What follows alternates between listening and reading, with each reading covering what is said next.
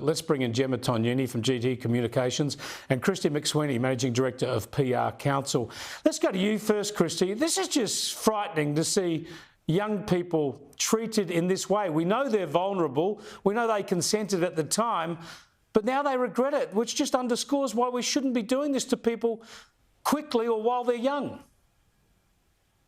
There is a rush, I feel, from the medical community to perhaps not diagnose other underlying mental health issues or do complete mental health assessments. And it not only leaves the children in vulnerable positions, it leaves parents who are so worried about their children who are undergoing these issues. They are clutching at any diagnosis that they can get that might improve the quality of life of their child and might have their child at peace.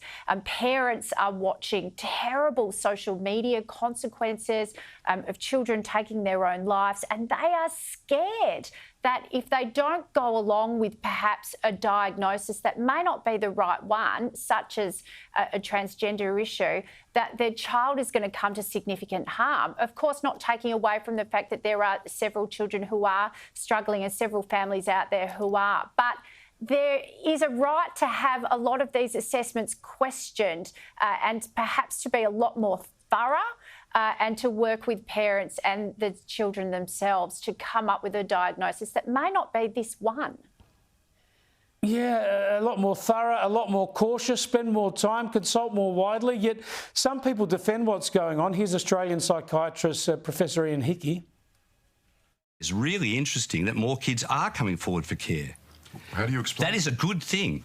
The idea that we are simple binary people, simple male, female, and happy with that, does not respect what has been known for centuries, that a great number of young people are not so binary, they're not so fixed. As our whole society becomes more inclusive and less rigid, more kids are coming forward. This is not just simply a fad. It's not just simply a fashion. Really? It's going closer to what has always been the reality. Gemma, that really worries me. He's saying it's a good thing more people are coming forward, that we're not binary. I mean, cheapest. Well, I didn't see the fullness of Liam's story last night. I'd love to see the data that particular doctor would use to back up such a bold claim that this is actually who we have been for centuries. I'd also point him to the global trend where leading public health and private practitioners all around the globe are running as fast as they can away from gender-affirming care. Tavistock, let's talk about that for 30 seconds. Look, the reality of it is this, Chris.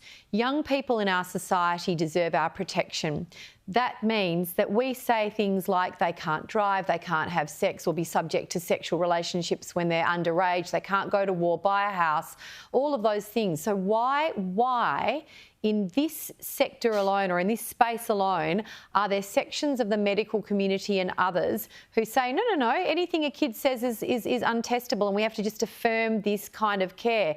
It is I think it's unwise, and it's certainly not doing the child in question the right service. They deserve better than that sort of, let's just go along with it. And I think the other thing that we've seen, and this is a recognition of perhaps the reality underpinning some of this, is medical insurers in this country. It was reported a couple of months ago, that at least one major medical insurer has said to doctors, you're not going to be covered. And if we made these doctors responsible for the outcomes of this kind of treatment in perpetuity, I wonder what the outcome would be.